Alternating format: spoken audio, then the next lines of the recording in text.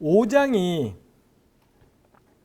1절에 이스라엘 족속아 내가 너희에게 대하여 에가로 지은 이 말을 들어. 에가라는 게 이 히브리어도 에카인데 우리말하고 발음이 같아져 버렸습니다만 이 에가라는 장르는 장례식 노래예요. 죽은 사람에 대해 거의 우리 조가라는 말로 뭐 번역할 수도 있겠습니다만 죽은 사람 초상집에 가서 노래하는 게 가령 우리 왜 사울과 요나단이 길보아 전투에서 죽은 다음에 다윗이 부른 노래가 있지 않습니까? 그런 게 에가예요. 그래서 에가는 이 히브리어 본문을 보면 표시가 나요. 운율이 다르기 때문에 이 장례식 때 부르는 운율이 다르기 때문에 표시가 나는데 그 에가가 2절, 3절 이게 이제 장례식 노래. 그리고 실제로 2절에 보면 처녀 이스라엘이 엎드러졌으며 다시 일어나지 못하리로다. 이스라엘이 죽어버렸다라는 게 5장 2절에 있더라는 거죠.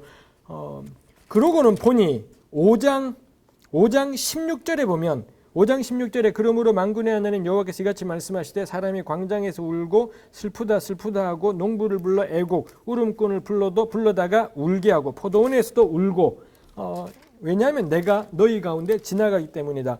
16절 17절도 사람이 죽었고 그래서 펑펑 울고 있구나 이거이지 않습니까? 해서 5장 1, 2, 3절과 5장 16, 17은 대응되는구나 라는 겁니다. 서로 대응을 시켜볼 수 있겠다 싶은 거죠. 우리 구약 본문들이 정말 저자들이 그걸 의도했나 싶기는 해요.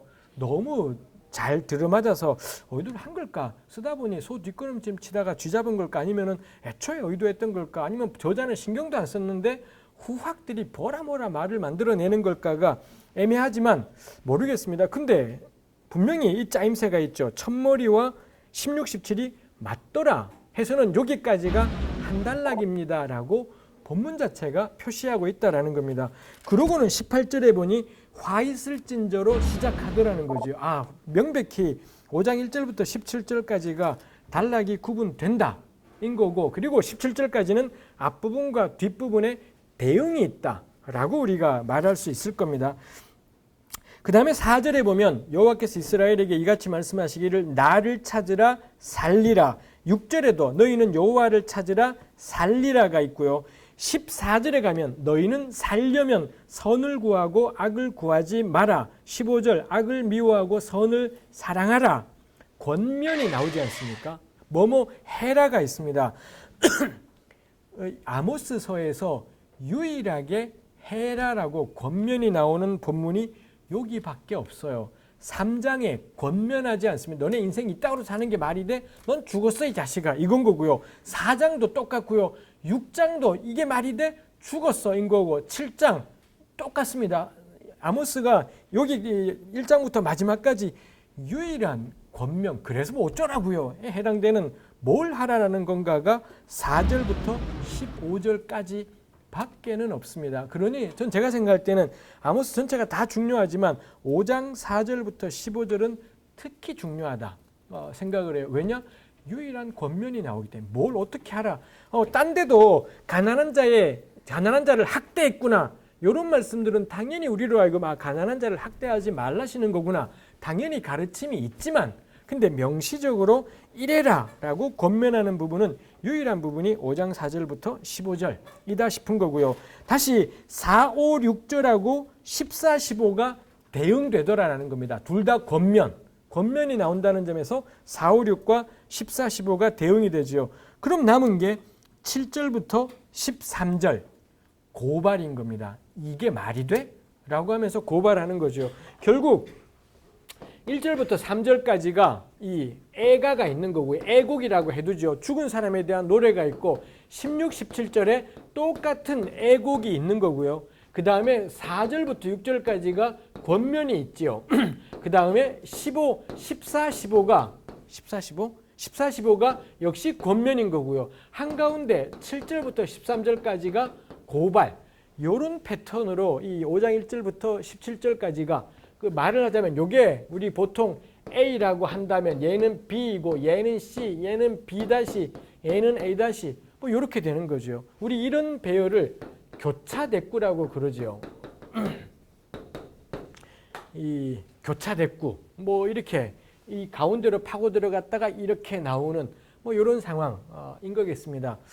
아모스가 정말 이걸 알고 이렇게 했을까 모르겠습니다만 하여튼 뭐 이렇게 나누는 거는 아마 여러분들이 개인적으로 보셔도 요건 충분히 동의될 수 있는 것이죠. 이렇게 배열하고 보면 그냥 우리 17절까지 늘어놓으면은 뭐 그런가 보다 하지만 요렇게 하고 보면 요 가운데 부분 도드라지는 걸 이게 딱 들어오게 돼요. 하나님 의미가 하나님이 뭐 때문에 열받았는지가 확 들어오게 되는 게 있다라는 거고요. 요런 고발을 제대로 반응하지 않으면 죽는 겁니다. 이렇게 죽어서 펑펑 우는 것이 있죠. 그럼 어떻게 해야 되냐?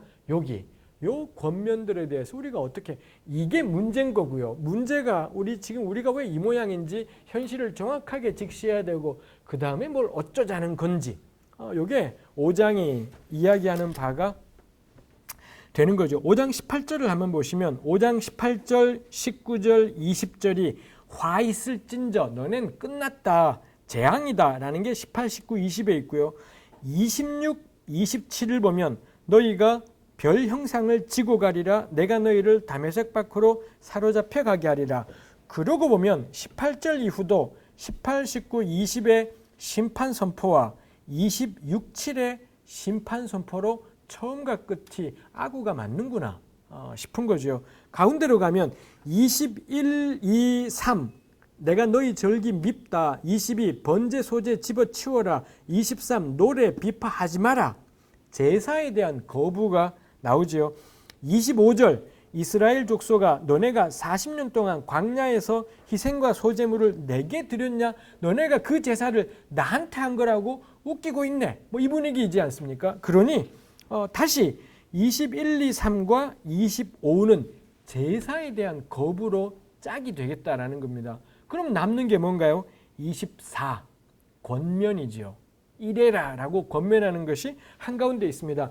요거랑 똑같이요. A, B, C, B-A-인 거고 차이가 있다면 요 가운데 부분에 후반부는 5장 24절이 있다라는 것이 있지요. 해서 5장 24절은 아주 중요한 구절이겠다라는 겁니다. 그리고 그 5장 24절이 전반부에 7에서 13절하고 고스란히 대응이 돼요. 왜냐하면 전반부에 이 C 7에서 13절의 고발의 핵심이 뭐냐면 정의와 공의가 무너진 현실에 대한 고발, 이게 핵심이었던 거고 후반부의 핵심인 24절에 가면 그러니 정의를 물같이 공의를 마르지 않는 강같이 흐르게 하라. 요 대응이 일어나게 되더라이지요. 해서 5장은 굉장히 잘 짜여진 본문이다 싶은 생각을 하게 됩니다. 우리 5장을 들여다보겠습니다.